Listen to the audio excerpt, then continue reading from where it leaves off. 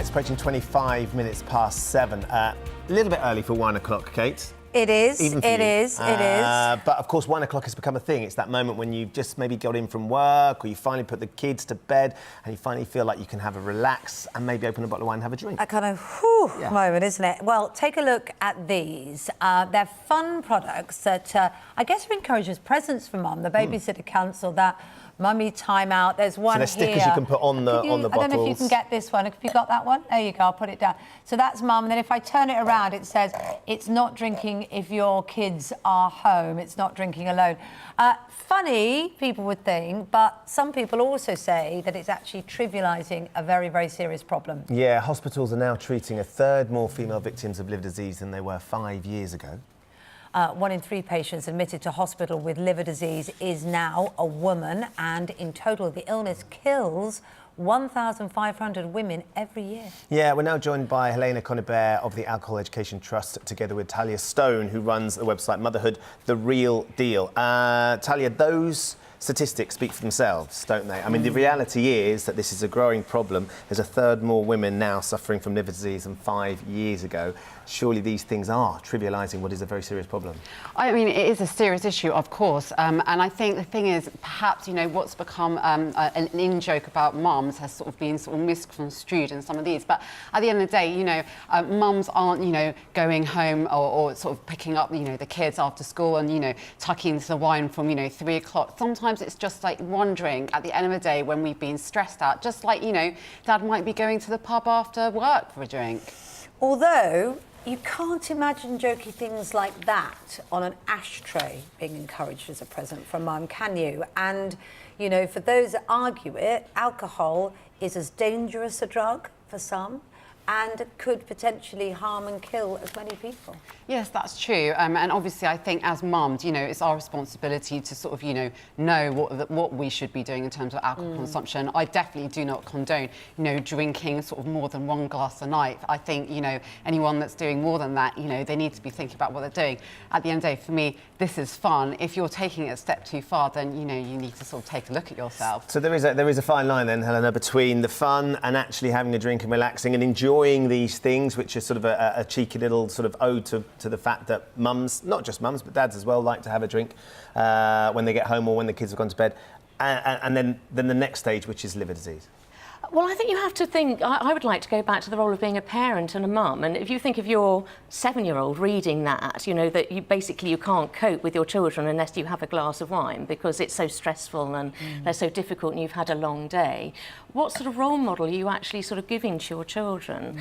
And it's quite interesting. I mean, 1 glass, absolutely, but we know that children as young as 7 recognise drunkenness and drinking too much, and they actually don't like it when mummy gets loud and shouty and giggling. They can actually find it very threatening. You're right, and it is an important point, but I can sort of feel mums and dads across the country this morning thinking, oh, for the love of God, give us a break. We're told to do so many things. It's a piece of fun. What next? We're not allowed to buy each other chocolates because that could lead to obesity. Where will it end? Of course, drinking excessively is wrong for some people who take it too far, but do we have to hector the majority of people who don't? I don't think it's a question of hectoring. Actually, when I knew I was coming on this programme, I did a Google search for wine o'clock. Do you know how many results came up? Well, a fair few, I'd imagine. 19 million results came up, and it's not just wine o'clock. It was Fizz Friday, it was gin o'clock, it was you could buy everything from fridge magnets, marketing and advertising, gin and tonic yogurt, a vodka ice lollies. There was such a plethora of things that I just think we have to be really careful that we don't trivialise what's a very serious issue, really. And one thing I really wanted to bring up is not just yummy mummies. We've actually got more girls reporting drunkenness and going to hospital age 18 and younger than boys now. So it's a very serious issue that we mustn't dismiss. It's understanding how your children are reacting is hugely important, Talia, which of course I'm sure you couldn't agree more with. But we've got this message come via Twitter saying, I'm bringing our daughter up because 1 o'clock led to her mum's alcoholism. And 1 drink can lead to 2 drinks, can lead to more drinks, and then suddenly it becomes more and more regular. And that's an absolute sort of crucial factor, isn't it? But on the flip side, if you actually not drinking around your children, I mean, if you look at how they are in continental Europe, you know, in Italy and France, where it's a normal thing to drink around your children, and they do not have the issues that we have, you know, is there an argument to say that if you're a little bit more open about drinking, that it helps you also educate about drinking? I suppose it's the link between a need, a God, I need my drink, that this is marketed at, isn't it? Which maybe we might not feel it, it might be a giggle to the people that have the presents bought for them. However, we don't know what is going into our youngsters' brains sometimes, do we? That's very true. I do think we need to be mindful of that. I mean, you know, as parents and as adults, we love to ham everything up. You know, we love to, oh, moonlight parenting, it's so tough. And, you know, I, for one, am guilty of that. But I do think we need to be mindful of the messages we're conveying to our children at the same time. So it's everything in moderation, and that includes this kind of stuff, you know, being mindful. Yeah. Can we remind really women about what the low-risk guidelines are? Because I think it is all about yes, good idea. how much and moderation. So up to 14 units a week, so that's about 7 sort of medium-sized glasses. But what we really don't want is you saving them up for what we call something like a Fizz Friday, another coined phrase, because binge drinking is actually one of the most harmful and damaging in terms of our long-term health consequences. So spread it over the week.